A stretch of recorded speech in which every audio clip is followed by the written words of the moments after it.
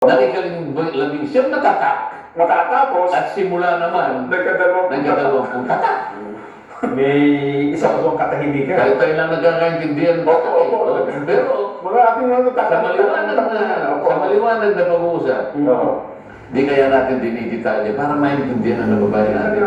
So, Ito may kahirapan ito. So, paano mangyayari? Kasi sabi ngayon na, Ito ngayon ang labanan. may isang buwang katahimikan. Kahit isang araw na katahimikan, ibang usapan yun. Ay, opo naman. Yung pa kayang isang buwan na katahimikan. Oo. Sabid ngayon, ang isang araw. Ay, opo, Ang isang araw na katahimikan, 1,000 taon. Opo. Kaya huwag yung ginagawang maliit na bagay. Malaking bagay po yung 30 araw na yan, no? Oo. Tingnan mo yung direct, yung ating cameraman, nakatingin ng direct. Akala mo, naintindihan na yan. Mukhang nakukuha niya na. Alam ni Kuya Pling yun. Ngayon, Oo. may isang buwan tayong pakita. Oo. Tanong. Kumbaga, ito yung papel eh, di ba? Yan ang pinag-usapan eh. Opo. O ito yung ano. Paano mo itatawid dito yan? Ito yung pagitan eh. Oo. 30 araw ang pinag-uusapan. Paano mo itatawid dito?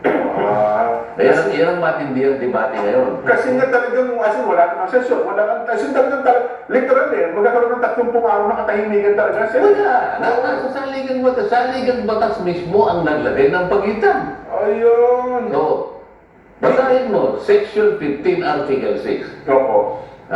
The commencement of the regular session of the incoming Congress is the 4th month Opo. of July.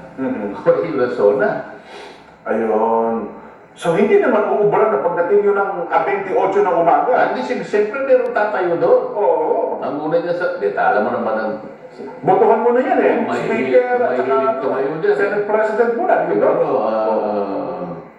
Sabi siguro, parliamentary inquiry, Mr. President.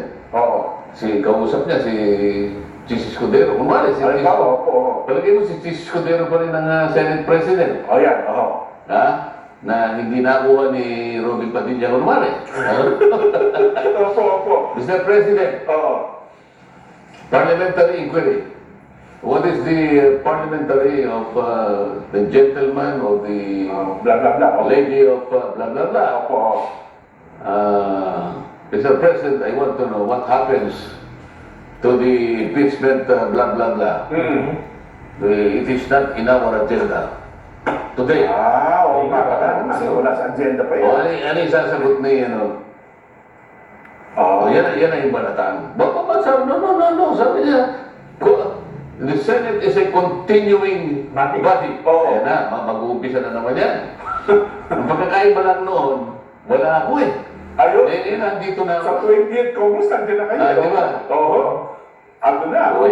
Yan ang magiging senaryo ngayon. Ayun.